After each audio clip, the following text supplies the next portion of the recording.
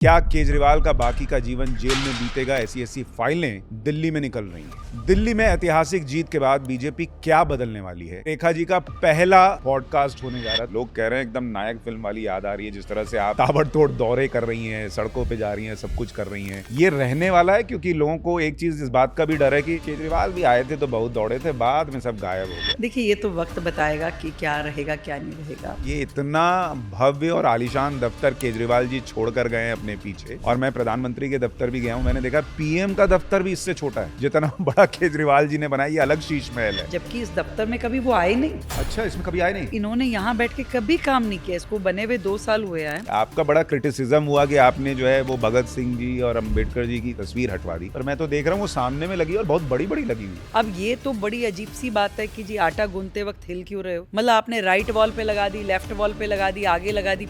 अरे मुझे अच्छा लग रहा है कि मेरे सामने रहे, मैं रोज हाथ जोड़ लूं, तो उनको क्या तकलीफ है? उन्होंने पीछे लगाई हुई थी, अपनी पीठ के पीछे, मैंने सामने लगाई है। अजीब बात है। लेकिन आप लोगों ने केजरीवाल को गायब कहाँ कर दिया है? जब से आप कुर्सी पे बैठी हैं वो दिख ही नहीं रहे। अपने कर्मों से गायब हुए हैं। पहले उन्होंने दिल्ली की पीठ पे चढ़ के वो विक्रम बेताल वाले बेताल बने, और अब वो पंजाब की पीठ पे चढ़ चुके हैं। बच्चों ने नहीं पूछा मम्मी आप सीएम बनने वाली हैं?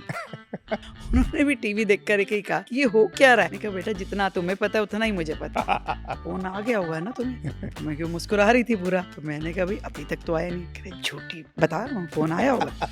मैं कहा नहीं आया भाई। फिर आया किसको है फोन? तुम्हें नहीं आया, मुझे नहीं आया, उसको नहीं आया, खोजो भाई किसको फोन आया। फिर आपको पता कब चला? पता कब चला? पता तब चला जब 6 लोग एक गाड़ी में बैठ के गए। तो यहाँ तक कि ड्राइवर को भी उतार दिया, और हमारे मंत्री जी सिरसा जी कहते कि ड्राइव भी मैं कर लूंगा भाई, जो एक छूट रहा है उसको भी बिठा लीजिए। हमें समझ में आती है कि हम टीम मोदी है और हमें दिल्ली के लिए काम करना है। पिछली फाइलें खोल रही हैं अरविंद केजरीवाल की, उसमें क्या मिल रहा है? आपको लग रहा है कि कुछ काम हुआ भी था, नहीं हुआ था, क्या है? मैं तो ये महसूस करती हूँ कि जहाँ से आप ऊपर की लेयर हटा दीजिए उसके अंदर फंगस ही फंगस। अरे बाप रे, इतना ज्यादा करप्शन, ऐसे चीजें देख के रोंगटे खड़े हो गए कि भाई कमाल आदमी था, इसको भय नहीं था। कोविड का समय, और आपने दिवाली पूजन का आपको ध्यान है त्यागराज स्टेडियम में कार्यक्रम रखा। कार्यक्रम का खर्चा 3 करोड़ रुपए, एडवर्टीजमेंट का 15 करोड़ रुपए। ओ बाप रे। पूरे देश में प्रसारण किया, पूरे देश में एडवर्टीजमेंट किया। लोग मर रहे हैं भाई, तुम क्या कर रहे हो? वो साइन नहीं करते थे, उनको पता था कल को फंसूं तो मैं ना फंसूं। साइन करने का उन्होंने रखा ही नहीं था। वॉलंटियर खड़े कर दिया जब रेड लाइटों पे, जो केवल एक बोर्ड लेके खड़े होते थे कि रेड लाइट है आप गाड़ी ऑफ कर दीजिए, उनको इन्होंने करोड़ों रुपए बांट दिए।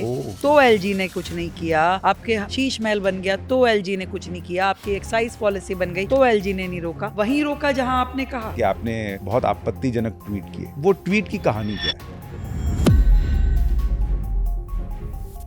मैं सनातनी हूँ, हिंदूवादी हूँ, कट्टर हिंदू हूँ। हर अपने हिंदुत्व की परिपाटी में विश्वास रखते हैं और सख्त रूप में ये मानती हूँ। आपने एक जगह कहा कि मैं अमित शाह जी को मना करके आई हूँ मीटिंग के लिए, उसका भी माहौल बना दिया गया। ये तो अमित शाह जी को मना कर रही हैं। देखिए सर, ये मैं जानती हूँ और मेरे बॉस जानते हैं। क्या आपको देख के लग रहा है कि केजरीवाल का आने वाला लंबा वक्त जेल में बीते?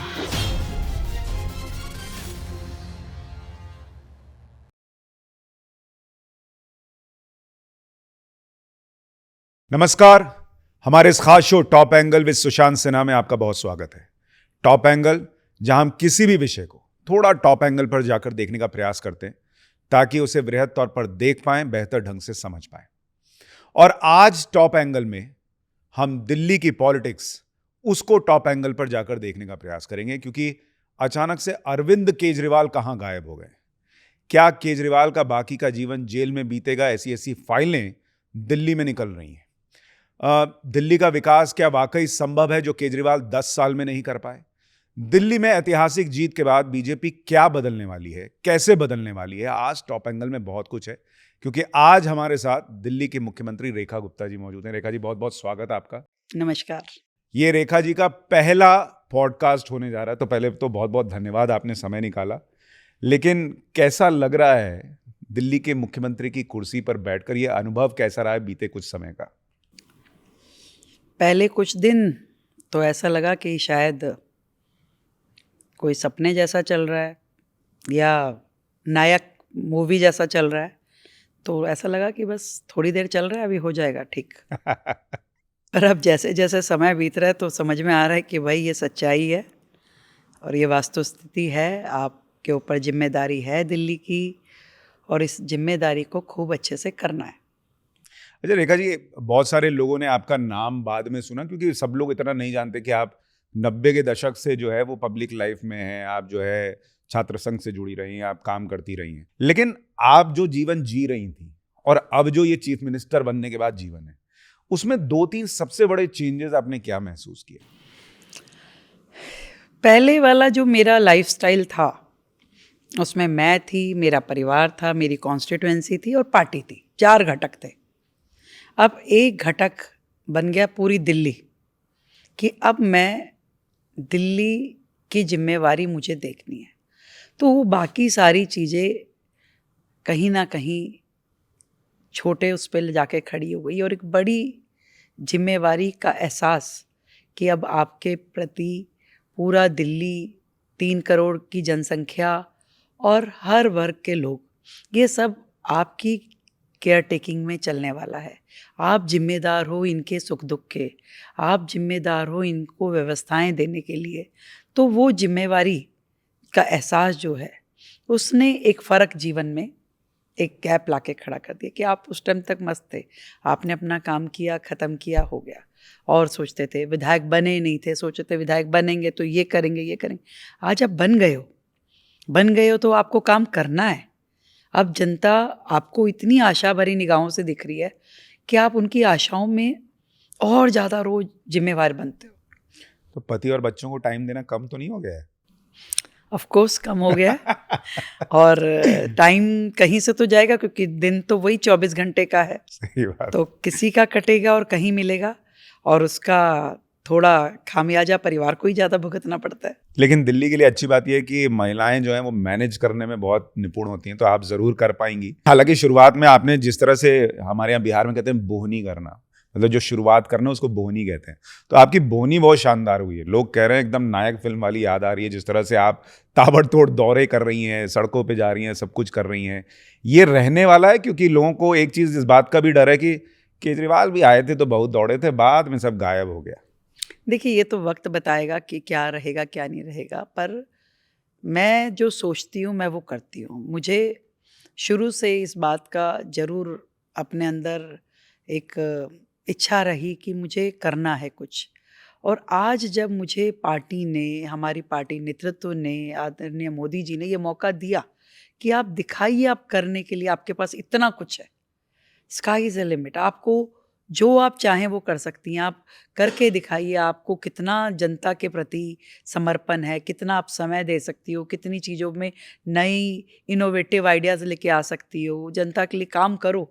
तो मुझे लगता है कि मैं अपनी ओर से कोई कसर नहीं छोड़ने वाली। मोदी जी ने आपको मौका तो दिया है, लेकिन मैं पब्लिक को बताऊं कि आपको केजरीवाल जी भी एक बहुत बड़ा दफ्तर देके गए हैं।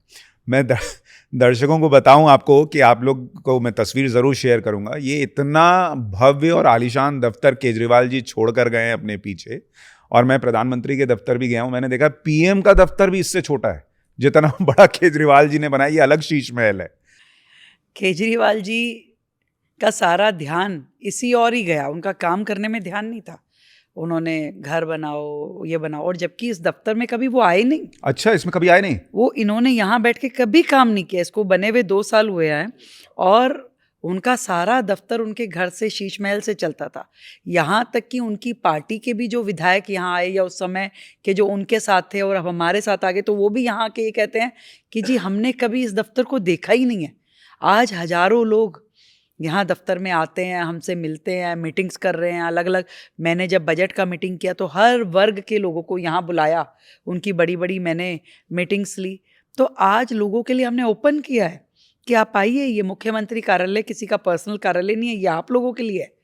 तो लोग इसको आ रहे हैं, देख रहे हैं, काम कर रहे हैं, और इसकी यूटिलिटी जो है, उपयोगिता हमने यहाँ पर नहीं, शॉकिंग तो ये है कि करोड़ों का दफ्तर है ये, और उसमें केजरीवाल कभी आए नहीं। ये अपने आप में बहुत शॉकिंग है। वो ये करोड़ों का है, वो अरबों का था, तो वो अरबों वाले में बैठे थे, करोड़ों वाले में नहीं आए। लेकिन इसमें एक चीज़ और मैंने देखी, आपका बड़ा क्रिटिसिज्म हुआ कि आपने जो है वो भगत सिंह जी और अंबेडकर जी की तस्वीर हटवा दी, पर मैं तो देख रहा हूँ वो सामने में लगी और बहुत बड़ी बड़ी लगी हुई है। पहले भी लगी थी, आज भी लगी है, आगे भी लगेगी। अब ये तो बड़ी अजीब सी बात है कि जी आटा गूंथते वक्त हिल क्यों रहे हो। मतलब आपने राइट वॉल पे लगा दी, लेफ्ट वॉल पे लगा दी, आगे लगा दी। अरे मुझे अच्छा लग रहा है कि मेरे सामने रहे, मैं रोज हाथ जोड़ लूँ, तो उनको क्या तकलीफ है?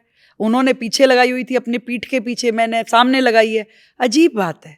उनको तो मुझे लगता है किसी ना किसी चीज़ में कुछ ना कुछ कमी तो निकालनी है। वो बात कही ना मैंने, आटा गूंदते वक्त हिल क्यों रहे हो, तो ऐसा ही कुछ है। नहीं तो हमारे सम्मानित, उनका जो बाबा साहब के प्रति सम्मान है केवल बातों में है, कर्मों में तो है नहीं। आज हम अपने कर्मों में उनको, अपने व्यवहार में सम्मान देते हैं तो उन्हें तकलीफ होती है। तो मुद्दा क्रिएट करना है, कुछ हो जाए। हर बैठक में भागने के लिए क्या विषय हो सकता है, वो उन्होंने किया है। लेकिन आप लोगों ने केजरीवाल को गायब कहाँ कर दिया है? जब से आप कुर्सी पे बैठी हैं वो दिख ही नहीं रहे। अपने कर्मों से गायब हुए हैं। पहले उन्होंने दिल्ली की पीठ पे चढ़ के वो विक्रम बेताल वाले बेताल बने, और अब वो पंजाब की पीठ पे चढ़ चुके हैं। लेकिन मैं केजरीवाल पर आऊंगा, और केजरीवाल की आप कौन कौन सी फाइलें खोल रही हैं और केजरीवाल क्या क्या वो उन फाइलों में ऐसा क्या मिल रहा है आप बताएंगी।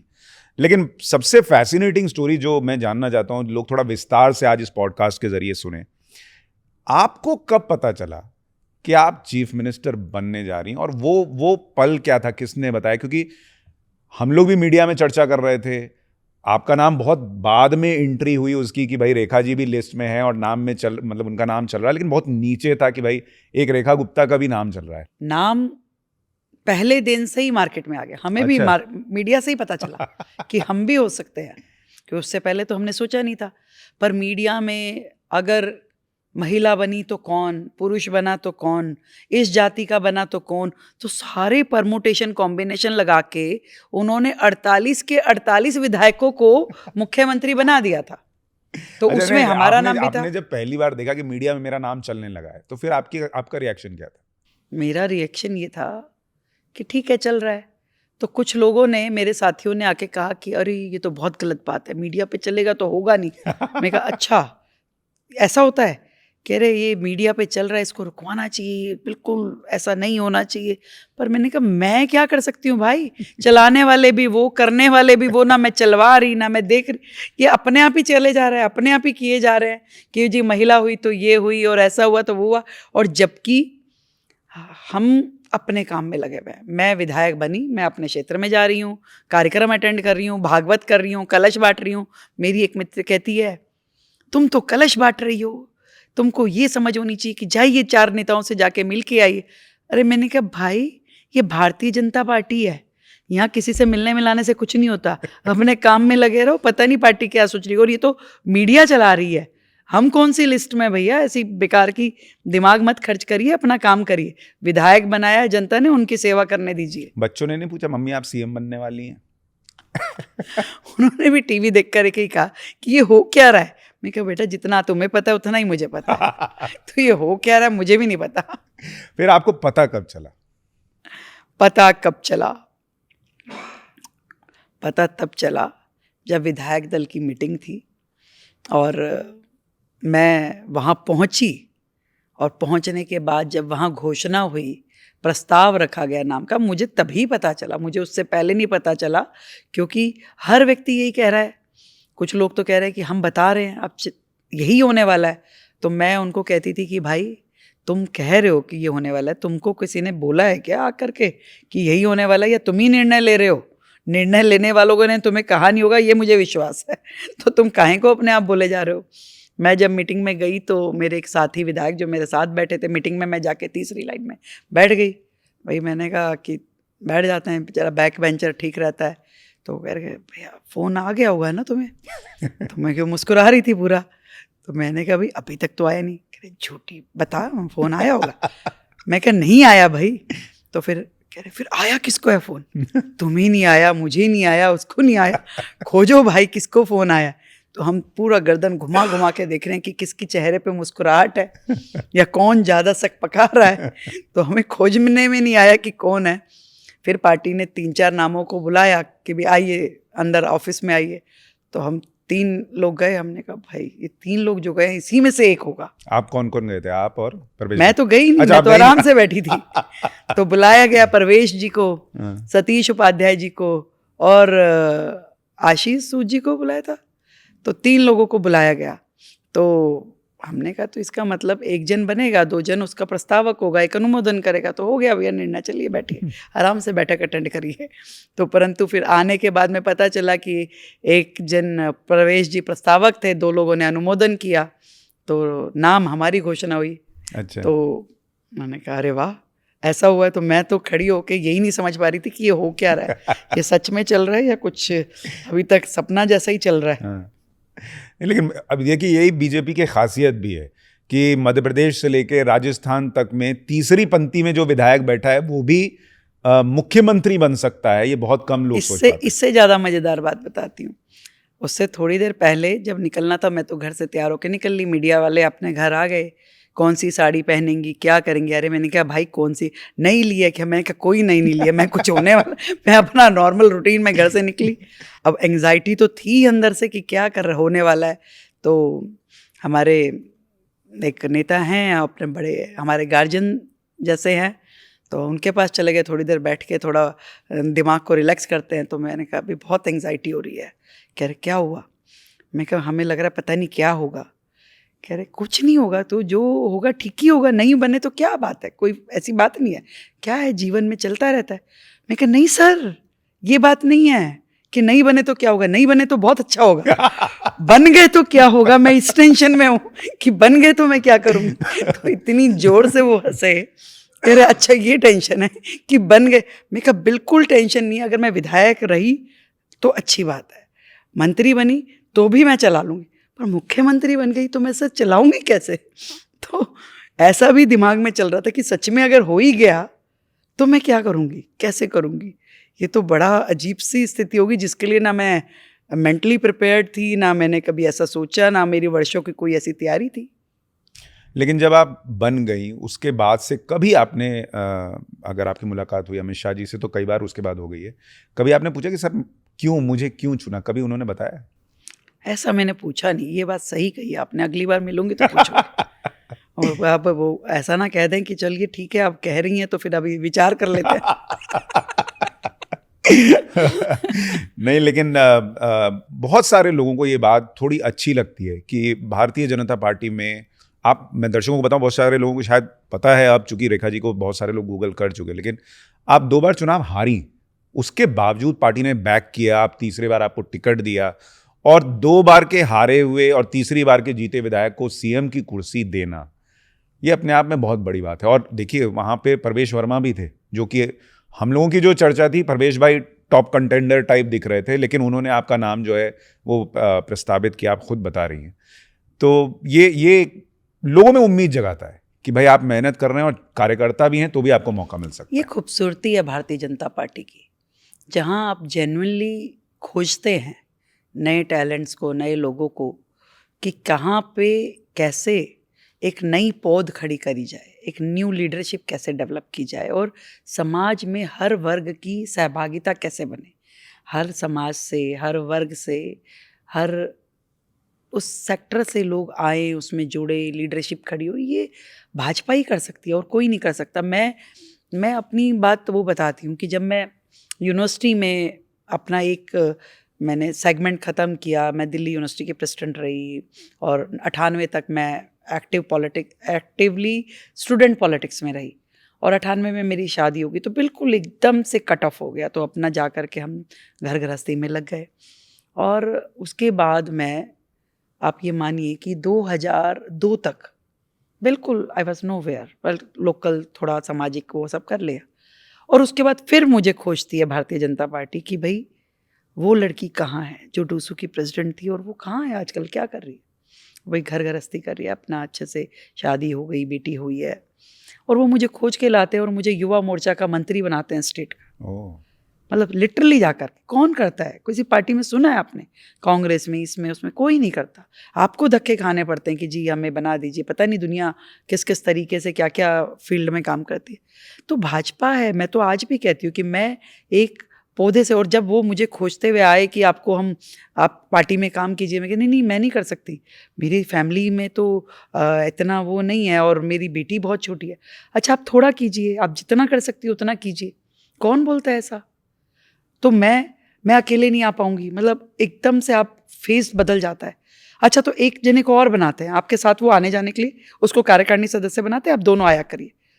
मतलब मैं भूल नहीं सकती उन चीजों को कि आज टैलेंट को जो ट्रैप करना कहते हैं कि भाई आप उसको लेकर मौका देना मौका कि देना। आपने मुझे आज इतना छोटा सा पौधा लगाया, बीज लगाया, और अब आज वृक्ष बन के मैं खड़ी हूँ, आज मैं कितने लोगों को जोड़ पाने की स्थिति में हूँ। तो ये भाजपा का कल्चर है कि जो कहते हैं अमित शाह जी कि मैं पोस्टर लगाता था, जो मोदी जी कहते हैं कि मैं तो बिल्कुल छोटा कार्यकर्ता था और आज मैं देश का प्रधानमंत्री हूँ, तो ये सच्चाई है। यहाँ मौका है, आपकी मेहनत, आपका समर्पण, आपकी पार्टी और देश के प्रति डेडिकेशन वर्क करती है। नहीं, जैसे आपने उस वक्त भी कहा कि लोग कह रहे थे कि भाई जाके नेताओं से मिलो, और आपने कहा कि भाई काम करो, जो होना है वो तो हो ही जाएगा, ये हिसाब है। आपके साथ ही उस वक्त बड़ी वायरल हुई कि भाई अलका लांबा होती थी आपके साथ में। अलका जी अभी भी थोड़ा, हालांकि वो स्ट्रगल कर रही हैं लेकिन मेहनत करती हैं वो भी। आपका और अलका लांबा जी का क्या अनुभव था उस वक्त का? दोस्ती थी? देखिए, हम उस टाइम का डूसू में एक प्रेसिडेंट सिर्फ NSY के पास पोस्ट थी और 3 हम लोग थे जो ABVP से थे। भोली थी, सीधी थी, उस समय नई नई आई थी, तो कॉलेज की पॉलिटिक्स से सीधा डूसू में बनी थी। तो हम तो उनका पूरा घुमा लेते थे कि सब लोग मिल करके, हमारे EC हमारे थे, हम ये थे, कहाँ पे डिसीज़न अपने हिसाब से कराना है, तो सब चलता था।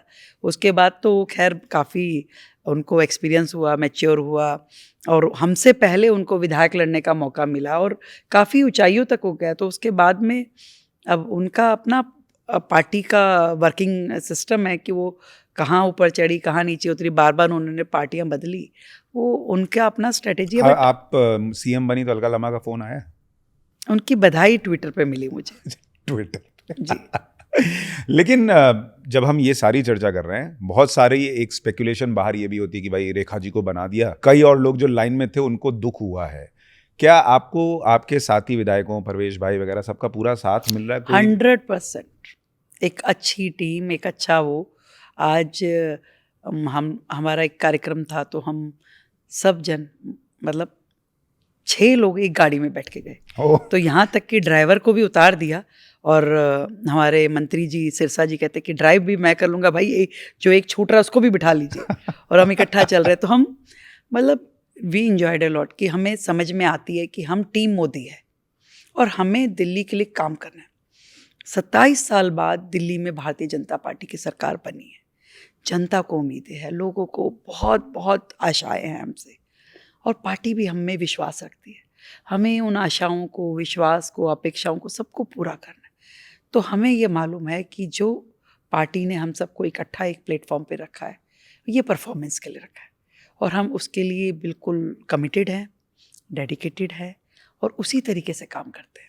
नहीं रेखा जी, मैं तो ये कहूँगा कि हम जब लोगों से मिलते हैं, सच में लोगों को आपसे बहुत उम्मीद है। उनको लग रहा है कि भाई जो डबल इंजन की सरकार कही जाती है, वो सालों साल बाद दिल्ली में जो है वो हो रही है, तो उसका कुछ असर दिखना चाहिए। लेकिन जब अब आप, जैसे आपने अभी विधानसभा का सत्र हुआ और उसमें CAG की कई रिपोर्ट्स रखी, आप जब इस दफ्तर में आई बतौर मुख्यमंत्री, और अब आप पिछली फाइलें खोल रही हैं अरविंद केजरीवाल की, उसमें क्या मिल रहा है? आपको लग रहा है कि कुछ काम हुआ भी था, नहीं हुआ था, क्या है था?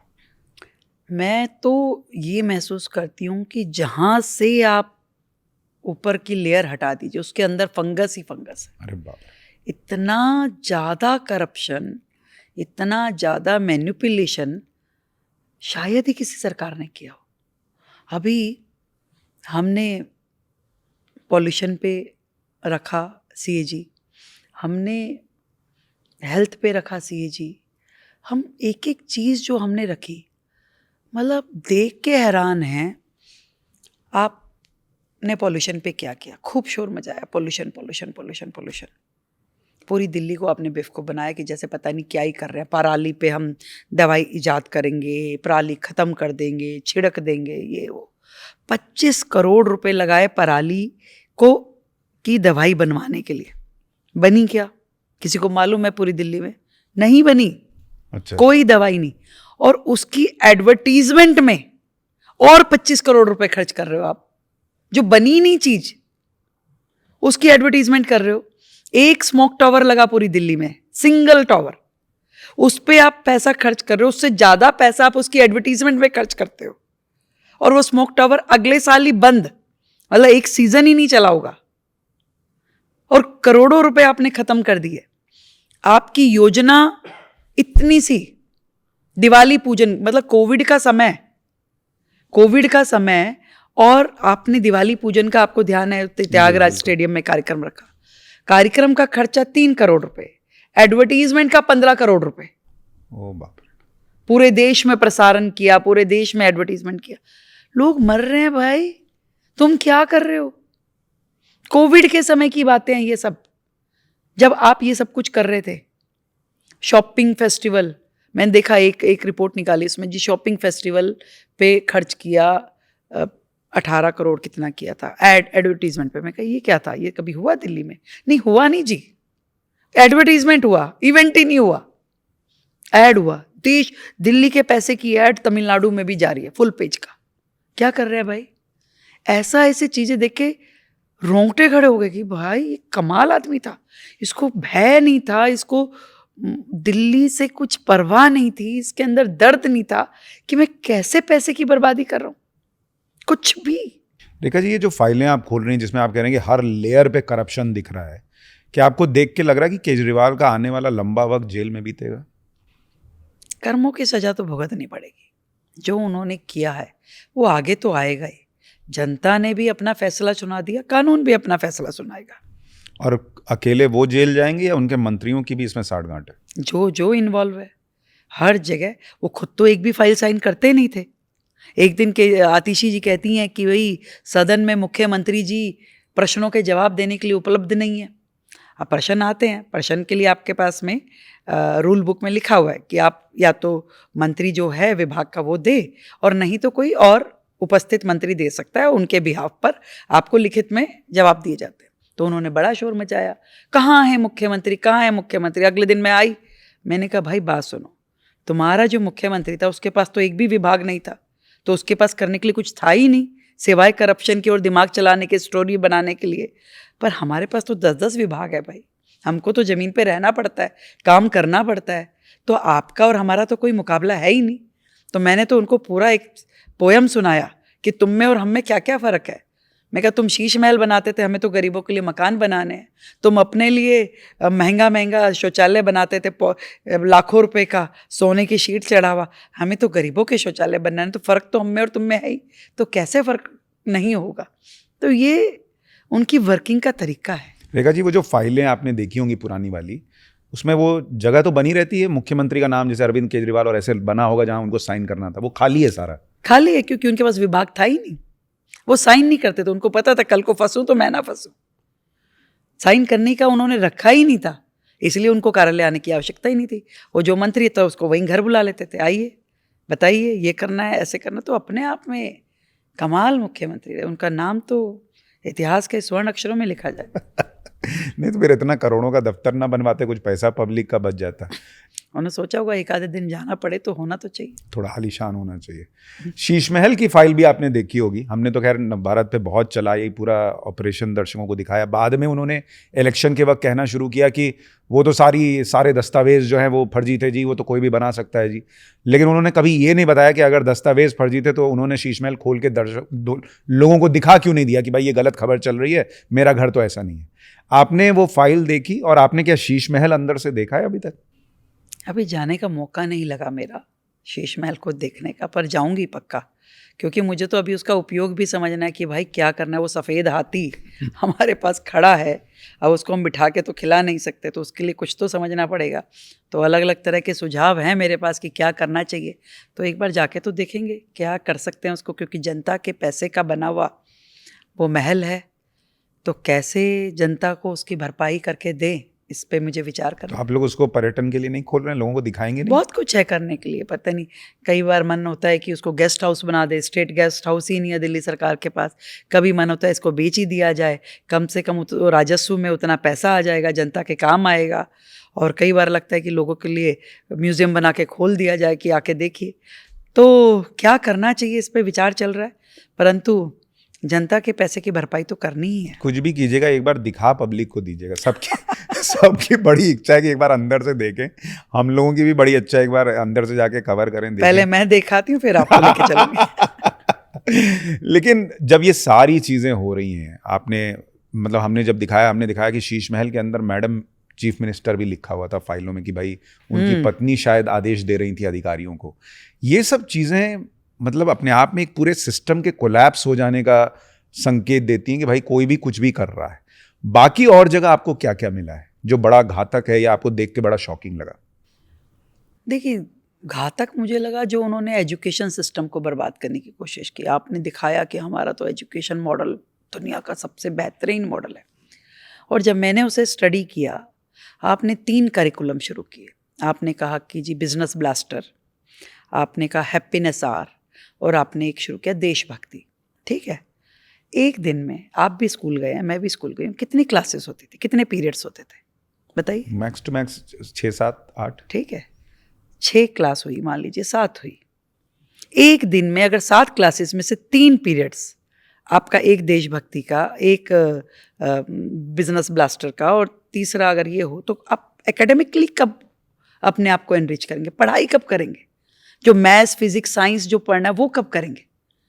बर्बाद करा उन्होंने सिस्टम को। भाई हमारे समय में भी नैतिक शिक्षा या ऐसा एक्स्ट्रा करिकुलर एक्टिविटी का होता तो हफ्ते में 1 दिन, उतना भर तो आप कर सकते हैं अफोर्ड, परंतु रोज जाना, हफ्ते के 5 दिन 3 पीरियड्स आप प्रत्येक बच्चे को वो करने के लिए मजबूर करते हैं और एकेडमिकली उसको वीक कर देते हैं। और वो वीक करने के बाद आप उन बच्चों को, जब वो बच्चा 9वीं वाला में फेल हो जाता है, 9वीं में या 11वीं में फेल हो जाता है, तो आप उनको निकाल बाहर करते हैं कि जाइए अब आपको ओपन स्कूल से करना पड़ेगा। आप उन कमज़ोर बच्चों को आप कोई सपोर्ट नहीं देते। लाखों बच्चों को आपने स्कूल से निकाल दिया, उनका जीवन खराब कर दिया। आज कमज़ोर बच्चे को स्कूल से निकालना, ये कौन से एजुकेशन सिस्टम में होता है? किस राज्य ने किया, किस सरकार ने किया? आपने लाखों लोगों को बाहर निकाल दिया, ये डैमेज किया आपने एजुकेशन सिस्टम को। वो तो कहते हैं मनीष सिसोदिया को, मनीष चाचा को सब ने जेल में डाल दिया, बच्चे बहुत दुखी हैं। आप जाके पूछिए ना, पूछिए, आपको बताएंगे टीचर्स, रोते हैं आंसुओं से कि इतना एजुकेशन सिस्टम को उन्होंने खराब कर दिया। उन्होंने जिस तरीके से काम किया, एक डर, एक भय, एक टेरर बना के रखा टीचर्स में, प्रिंसिपल्स में, बच्चों को उनके सामने जा कर के उनको पॉलिटिकलाइज करना। उन्होंने जिस तरीके से एजुकेशन के सिस्टम में, मतलब बच्चों से ये कहलवाना, ये भी तो वीडियो उन्होंने बनाई, वो भी तो स्पॉन्सर्ड रील्स थी कि जी बच्चे कह रहे हैं। कौन बच्चा कह रहा है? आप चलिए ना, आपके लिए सारे स्कूल खुले हुए हैं, लाखों बच्चे हैं, किसी एक से जाके पूछिए, बताएंगे। तो आज मैंने कन्या पूजन का कार्यक्रम किया, एक लड़कियों का स्कूल था, वहाँ बच्चियाँ थी, मैंने छोड़ दिया खुले में कि आप जो मर्जी मुझसे बात करिए, आप बताइए। लिटरली आंखों में आंसू थे बच्चियों के। वो कह रही आज तक हमको किसी ने पूछा ही नहीं हमारे जीवन में क्या हो रहा है, हम क्या पढ़ रहे हैं, हम क्या गुजर रहा है हमारे पर, किसी ने कभी बात नहीं किया। ऐसा माहौल स्कूलों का देखिए जा करके, क्या इंफ्रास्ट्रक्चर है, क्या अस्पतालों की, या हेल्थ में आप कह रहे हैं हमारा हेल्थ मॉडल। आप अस्पताल, मैं आपको चैलेंज कर रही हूँ, अभी तो हम पिछली सरकारों की वो कर रहे हैं, बजा रहे हैं बाजा, हम अभी तो हमने कुछ करने की स्थिति में आए नहीं, अभी तो बजट प्रस्तुत किया। 38 अस्पताल है, 38 के 38 की हालत जाके देखिए, 10-10 साल पुरानी मशीनें, MRI की, डायलिसिस की, ये है ही नहीं। कैसे वो अस्पताल काम करोगे? इतने बड़े बड़े अस्पताल जहाँ बेसिक इंफ्रास्ट्रक्चर, बेसिक मशीनरी नहीं है, कैसे इलाज कर रहे हैं आप? आप मरीजों को एक एक बेड पे 2-2 लिटा रहे हैं, आप उनको सर्जरी का, ऑपरेशन का 2-2, 6-6 महीने के बाद का डेट देते हैं। कैसे सर्दी में आपका पेशेंट बिना कंबल के मर जाता है? तो वो तो विदेशी अखबारों में उनके मॉडल के चर्चे छपते थे, स्पॉन्सर्ड, सब कुछ स्पॉन्सर्ड। ये पैसा जो करोड़ों रुपए यहाँ से जाता था एड के नाम का, वो कहाँ जाता था? पीछे से आता था, आगे जाता था। सॉरी। ये जो आप इतना खांस रही हैं, ये भी केजरीवाल जी की देन तो नहीं है? दिल्ली वालों को बहुतों को खांसी दे के गए वो। उस ऑफिस में बैठी हूँ, पता नहीं, हो सकता है कुछ कीटाणु छोड़ गए। लेकिन रेखा जी, जब 10 साल मान लीजिए अगर किसी सरकार ने काम ना किया हो, तो कई बार अधिकारियों को भी काम करने की आदत छूट जाती है। आपको ये चैलेंज भी आ रहा है क्या, अधिकारियों से काम करवाना मुश्किल लग रहा है? देखिए, मैंने अधिकारियों के साथ में अलग अलग लेवल्स की मीटिंग करी। मैंने उनसे खुल के चर्चा करी। मैंने उन्हें ये कहा कि मैं मानती हूँ कि जब जैसी सरकार होती है, अधिकारियों को उसी परिप्रेक्ष्य में काम करना होता है। सरकार चाहती है काम करो तो अधिकारी करते हैं, सरकार चाहती है कि काम मत करो तो अधिकार कहते हैं हमें क्या ज़रूरत है। पर मैंने उन्हें ओपन स्पेस दिया कि आज नई सरकार है जो चाहती है कि काम हो, जनता के हित में हो, दिल्ली विकसित रहो। और ये बिल्कुल जिसे कहते हैं ना, क्लियर स्लेट है, इट्स अ क्लियर बोर्ड। आज आप जो इस पे लिखेंगे मैं उसी को मानूंगी। आपके पुरानी सरकारों से संबंध हो सकते हैं, नहीं हो सकते, मैं छोड़ के चलती हूँ, जीरो से शुरू करते हैं। आज सरकार चाहती है कि काम होने चाहिए। आप यदि कर पाने की इच्छा में हैं तो आप हमारे साथ काम करें। आपको लगता है कि आप यहाँ नहीं कर पाने की स्थिति में तो आपकी इच्छा है, तो बिल्कुल खुली बातचीत है। मैं तो किसी अधिकारी को यहाँ नया लेने से पहले ये भी बात करती हूँ कि भाई तुम मंडे टू फ्राइडे वाले हो तो रहने देना, यहाँ 7 दिन भी आना हो सकता है। तो ये जो सचिवालय है सैटरडे को जब खुलता है, बीच बीच में मैंने संडे को भी खुलवाया, तो लोगों को लगता है अरे भाई कैसी मैडम आई है, ये सैटरडे संडे भी बुला लेती हैं। तो मैंने कहा ऐसा होगा भाई, काम तो करना है, हम दिन देख करके यहाँ मुसीबतें नहीं आती हैं। आप जब अब सिस्टम में घुस रही हैं, देख रही हैं कैसे काम हो रहा है, आपको एज अ मुख्यमंत्री, हालांकि चूंकि आपकी केंद्र में सरकार है तो लोग कह सकते हैं कि इनको क्या दिक्कत आनी, लेकिन आपको लग रहा है कि एलजी एक मुख्यमंत्री को काम न करने दे दिल्ली में और रोक के रख दें, ऐसी स्थिति है क्या यहाँ? कतई नहीं है, कतई नहीं है। मतलब ही वॉज अनफॉर्चुनेट, उसको मतलब कि केंद्र का इतना सपोर्ट मिल रहा था, मोदी जी का, अमित शाह जी का, एलजी महोदय का, सबका इतना सपोर्ट था, पर उन्हें लेना नहीं था क्योंकि उनको स्वयं की स्तुति करनी थी। मैंने किया, मैं ही करूँगा, मेरी ही सरकार है, आप कुछ नहीं हो, पीएम खराब है, केंद्र सरकार खराब है, एलजी खराब है, उनको सब कुछ। अदरवाइज सुप्रीम कोर्ट ने भी ऑर्डर दिया कि भाई यमुना की सफाई आप नहीं कर पा रहे हैं, इसको करना है। उन्होंने नोडल एजेंसी एक कमेटी बना के एलजी को कर दिया, तो इस ऑर्डर के खिलाफ कोर्ट चले गए।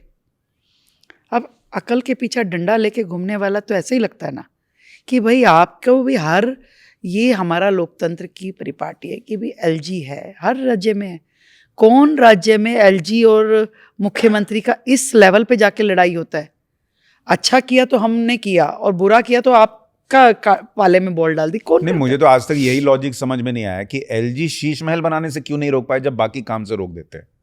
वो तो बन सब गया। कुछ किया उन्होंने, वॉलेंटियर खड़े करे जब रेड लाइटों पे, जो केवल एक बोर्ड लेके खड़े होते थे कि रेड लाइट है आप गाड़ी ऑफ कर दीजिए, उनको इन्होंने करोड़ों रुपए बांट दिए तो एलजी ने कुछ नहीं किया। आपके शीश महल बन गया तो एलजी ने कुछ नहीं किया। आपकी एक्साइज पॉलिसी बन गई तो एलजी ने नहीं रोका, वहीं रोका जहां आपने कहा। तो ये तो बड़ी अजीब सी बात है। मतलब वो स्टोरी मेकर थे, वो स्टोरी बुनते थे, उसको फिर बुन करके फिर उसको रंगाई पुताई करके एक ऐसा दुशाला ओढ़ के आ जाते थे जनता के बीच में, और जनता को कहते थे देखिए, मतलब कमाल, उनको ऑस्कर मिलना चाहिए। इतना अच्छा स्टोरी प्लांट करते थे और फिर ऐसे बेचारे से बन करके बात करते हैं, मंच से ऐसे अपने आप को दिखाते हैं कि बस बताइए मैं क्या करूं। मतलब अचानक पंजाब से कहीं से निकल के आए और दिल्ली की बहनों को 2,500 रुपए की उनको बात याद आ गई, या एक रील जो कहीं पे प्रचलित हुई दिखी कि एक महिला को टिकट नहीं दी कंडक्टर ने। अरे केजरीवाल साहब को वही वाली रील मिल गई जो एक रील कहीं से आई, तो कितना मेला फाइट करोगे भाई। सब कुछ प्लांटेड है उनके एरिया, सब कुछ। मतलब जब उनके ऑफिस में महिला अधिकारी को, महिला आपकी सांसद को मारा पीटा जाता है तो ही वाज जिब्ड, कुछ नहीं, एक शब्द नहीं बोले। जब उनके विधायकों पे कोई एलिगेशन आया कि जी आपके विधायक ने ये कर दिया वो कर दिया, किसी विधायक ने बीवी को पीट दिया, किसी के ऊपर रेप का चार्ज लग गया, किसी के ऊपर कुछ लगा, कभी उन्होंने एक शब्द नहीं बोला, जिप्ड। और तुरंत आ जाते हैं कि दिल्ली की सरकार ने 2,500 रुपये नहीं दिया भाई, टिकट नहीं मिल रहा, तब बड़ा जुबान उनका खुल जाता है। नहीं, जिस व्यक्ति पे आरोप लगा पीटने का, उसे पंजाब में नई जिम्मेदारी मिली हुई है। हाँ, उस पे जिप, उन्होंने एक शब्द नहीं बोला, एक शब्द। अधिकारियों को मारने पीटने की बात हुई कि आपने घर में बंद करके अपना चीफ सेक्रेटरी को मारा, तो एक शब्द नहीं बोले। और अचानक आवाज निकल आती है कि अरे भाई, तो मैं तो बोला, मैंने कहा भैया ये वीडियो भी आप ही के स्पॉन्सर्ड है, आप ही ने प्लांट किया, अब अपने आप ही कमेंट कर रहे हो, फिर अपना बता रहे हो, कमाल है। रेखा जी, आपको मुश्किल से कुछ ही दिन लगे और आपने आयुष्मान योजना दिल्ली में लॉन्च कर दी, जिसका फायदा करोड़ों लोगों को दिल्ली में मिलेगा। क्या आपको समझ में आया दिक्कत कहाँ थी कि केजरीवाल लॉन्च नहीं कर रहे थे? क्या उनको पीएम की फोटो से दिक्कत थी? नीयत या पीएम को क्रेडिट मिल जाएगा? नीयत खराब थी, नीतियां खराब थी। वो चाहते ही नहीं थे, जहां पीएम शब्द आ गया वो लाना ही नहीं चाहते। स्वयं स्तुति, वही मैंने कहा ना, सब कुछ मुझे क्रेडिट लेना है। कहाँ मैं किसी को क्रेडिट नहीं शेयर कर सकता, सब कुछ मैंने किया। मतलब पीएम आवास योजना के 54,000 फ्लैट बन के तैयार खड़े थे जब उनकी सरकार आई, परंतु उन्होंने एक भी फ्लैट देने का कष्ट नहीं किया। लोगों को मिट्टी हो गए फ्लैट, करोड़ों रुपए का प्रॉपर्टी जीरो हो गया, नरेला भवाना में बना हुआ, नहीं दिया क्योंकि वो पीएम आवास योजना लिखा था। लोगों के पैसे जमा है 10-10 साल से सरकार के पास, लाखों रुपए गरीब झुग्गी वालों ने दे रखे हैं, तो भी उनको मकान नहीं दिया। तो वो पूरी तरीके से उनकी मंशाएं अलग तरह की थी। वो जनता के हित में सोचते ही नहीं थे कि जनता का फायदा हो जाएगा, आयुष्मान आ गई तो। बाकी भी तो राज्यों में दूसरी सरकार है, सबने लिया ना। क्यों उनको क्या तकलीफ थी कि आज अगर दिल्ली के लोगों को बेहतर स्वास्थ्य व्यवस्थाएं मिल जाए, इलाज मिल जाए, कहाँ तकलीफ थी? नहीं, वो कहते थे कि हमारा मोहल्ला क्लिनिक ही बहुत शानदार है। मोहल्ला क्लिनिक में क्या होता है? नाड़ी देख करके दवाई दे रहे हैं बस। कुछ इलाज हो रहा है क्या?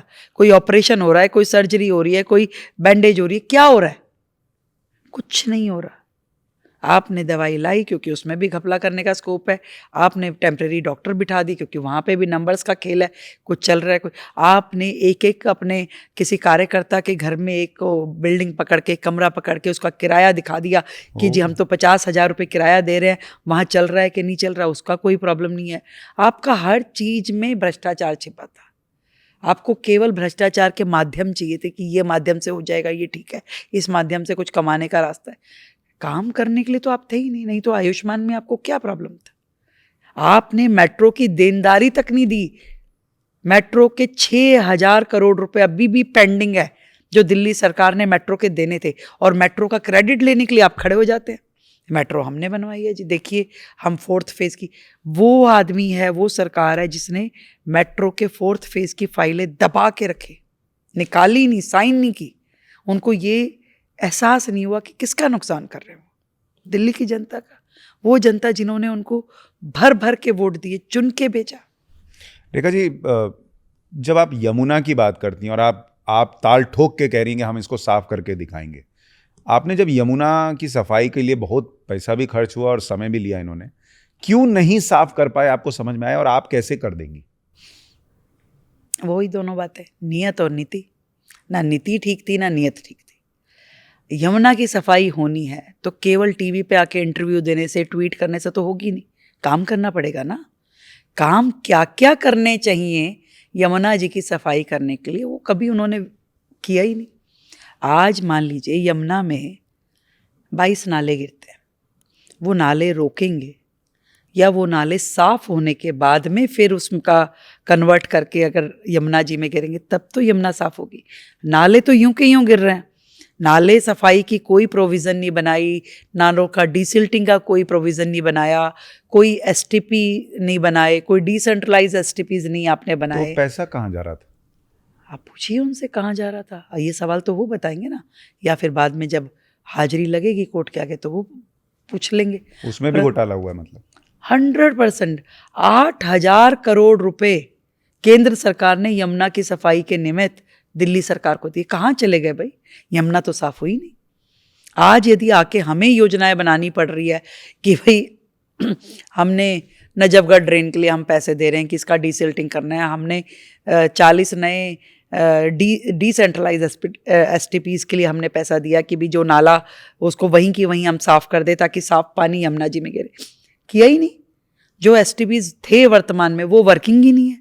आज नाले बिल्कुल आपके 100%। 2023 में जो दिल्ली में बाढ़ आई, दिल्ली सरकार की वजह से आई। क्यों? क्योंकि नालों की सफाई केवल कागजों में हुई, जमीन में हुई नहीं तो अगर सफाई होती तो उन नालों में क्षमता होती पानी लेने की। नाले अपनी कैपेसिटी से ऊपर भर रहे हैं, ऊपर चल रहे हैं, इसलिए दिल्ली में पानी भर गया। शर्मनाक बात है 2023 में देश की राजधानी में बाढ़ आना और डिसिल्टिंग ना होना। ये हालत थी उनकी। रेखा जी, मैं बिहारी आदमी हूँ और दिल्ली में पूर्वांचलियों का एक बड़ा वर्ग है जो छठ पूजा भी करता है। आपने वैसे तो कहा है कि यमुना जी को आप साफ करेंगी, लेकिन इस साल जब छठ पूजा आएगी, क्या आप पूर्वांचलियों से वादा करती हैं कि एक कर चुकी। Every time I am repeating that promise. इस बार छठ के महापर्व पे यमुना जी पे भव्य आरती होगी, भव्य, टेक माय वर्ड्स, भव्य आरती होगी और पूरा देश उस आरती को देखेगा। आपको बहुत पूर्वांचली वोटर या पूर्वांचली लोग ही कहिए जो आपको बहुत दुआएं देंगे। मैं इसमें बस 2-3 चीज़ें और जोड़ना चाहता हूँ। केजरीवाल जी आपके लिए बड़ा दफ्तर और बहुत सारा काम छोड़ के ही खाली नहीं गए, आपके पीछे एक पूरा इकोसिस्टम छोड़ के गए, जो हम देख रहे हैं कि शुरू से आपके पीछे लगा है। जब आपका शपथ ग्रहण भी नहीं हुआ था तो आपके कुछ ट्वीट बड़े वायरल किए गए कि आपने बहुत आपत्तिजनक ट्वीट किए। वो ट्वीट की कहानी क्या है?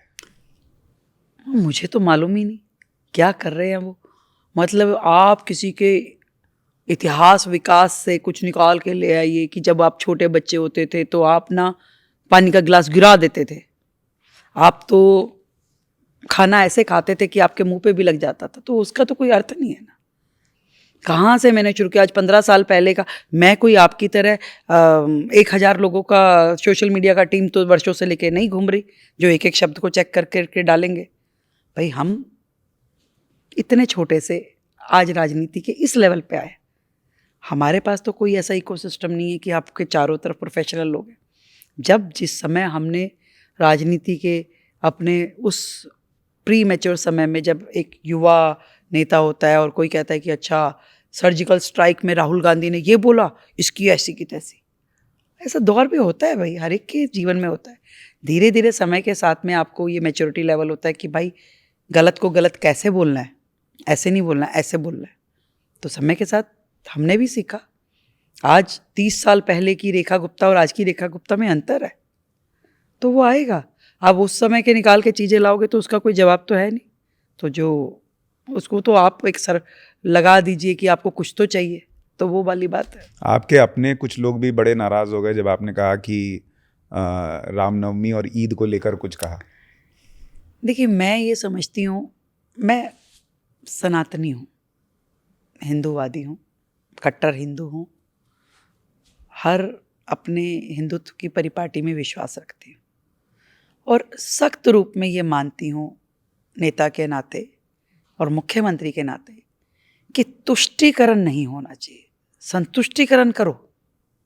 क्योंकि सबके लिए आप समान काम करोगे, आप मुख्यमंत्री हो, काम करेंगे, हर बच्चे को शिक्षा मिले, हर बच्चे को, हर व्यक्ति को दिल्ली के सड़कें बनेगी, ये बनेगा, सबके लिए वो है।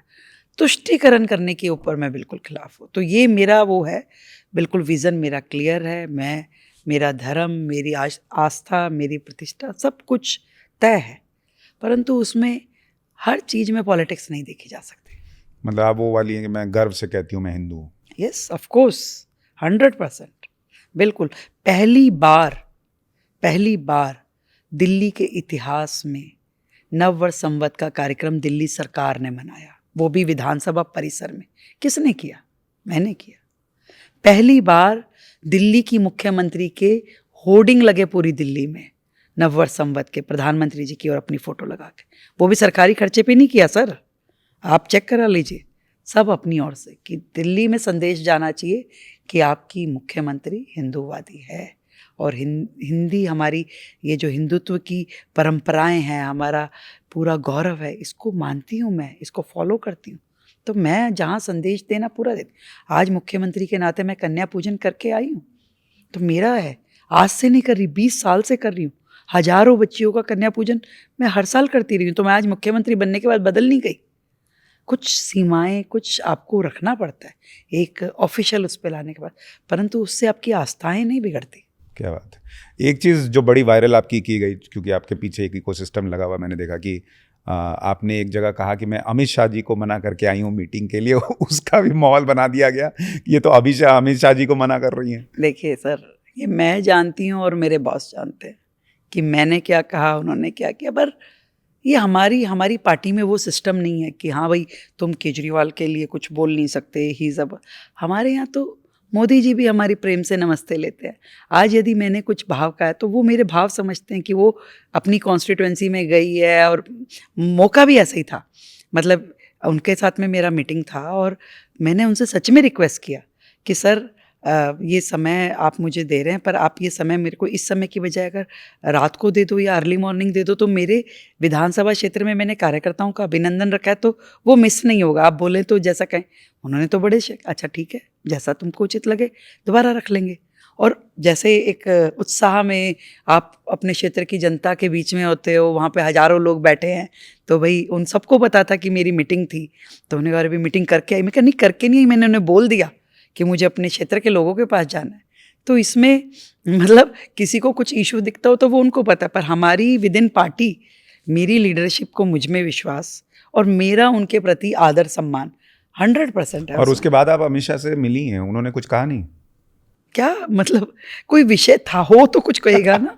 तो हमारी छोटी मानसिकता वाली हमारे यहाँ नहीं है कि जी कोई इतना देश देखना है उनको। मेरे जैसे करोड़ों कार्यकर्ता उनके पास है, सबसे बड़ी पार्टी, सबसे ज़्यादा विधायक सांसद, वो थोड़ी ना इतनी चीज़ों को देख रहे हैं कि भाई क्या चला दिया। ये उनके यहाँ चलता होगा कि केजरीवाल जी ने 1 मिनट में कोर्ट मार्शल कर दिया, विधायक जी राइट से लेफ्ट कैसे खड़े हैं। हमारे यहाँ नहीं होता। हमारे यहाँ मौका देते हैं पनपने का, बढ़ने का, सोचने का, समझने का, निर्णय लेने का और निर्णयों को अमल करने का। इस साल के ख़त्म होने के पहले 2,500 आ जाएंगे अकाउंट में? ज़रूर आएंगे। और देखिए 2,500 में आज विपक्ष के लोग हमें ये कहें कि जी बताइए 2,500 कब आएंगे, तो मुझे हंसी आती है। वो लोग जो पंजाब में 3 साल से 1,000 रुपये नहीं दे पाए, उनकी तुम्हारी फुल फ्लेज सरकार है, राज्य है इतना बड़ा, रेवेन्यू की कोई कमी नहीं है, वहाँ आप नहीं दे पाए 1,000 रुपये। हमको कहते हैं पोस्टर दिखा दिखा के 1,000-2,500 रुपये कब आएंगे। हंसी आती है मुझे कि जब दिल्ली में लोकसभा का चुनाव था तब आपने दिल्ली की जनता को कहा 1,000 रुपये आएंगे। जब आपकी 10 साल पहले सरकार आई थी आपने कहा था वाईफाई आ जाएगा। आज तक आ गया क्या? आपने तो 1,000 वादे किए, हम ये कर देंगे, हम ये कर देंगे। क्या कर दिया आपने? आज हमको बता रहे हैं तुम ये कर। हम वो सरकार है जो मोदी जी के नेतृत्व में जो काम कर रही है, जहाँ उनके कहने का मतलब ही गारंटी होता है। 100% आए। हर एक काम, हर एक कमिटमेंट जो हमारी है वो करेंगे, परंतु हम उनके जैसे नहीं है ना कि आज योजना शुरू करी कल बंद। योजना करनी है शुरू तो निश्चित करनी है और पूरी करनी है। एक भी व्यक्ति जो कि उस कैटेगरी में आता है वो छूटना नहीं चाहिए। और जहाँ भी योजना शुरू हो उसके बाद लगातार चलनी चाहिए। एक दिन की योजना थोड़ी ना कि 1 टाइम हमने पे किया और जयराम जी की। हमें तो हर महीने देना है। तो आज शुरू कर दूं और कल को वो जो हिमाचल वाले जैसे कांग्रेसी कर रहे हैं कि जी हमारी तो सरकार लुट गई, खत्म हो गया, ऐसा थोड़ी ना करना है भाई। राज्य चलाना है। जो काम करेंगे तसल्ली से करेंगे और दृढ़ता से करेंगे, पूरा करेंगे।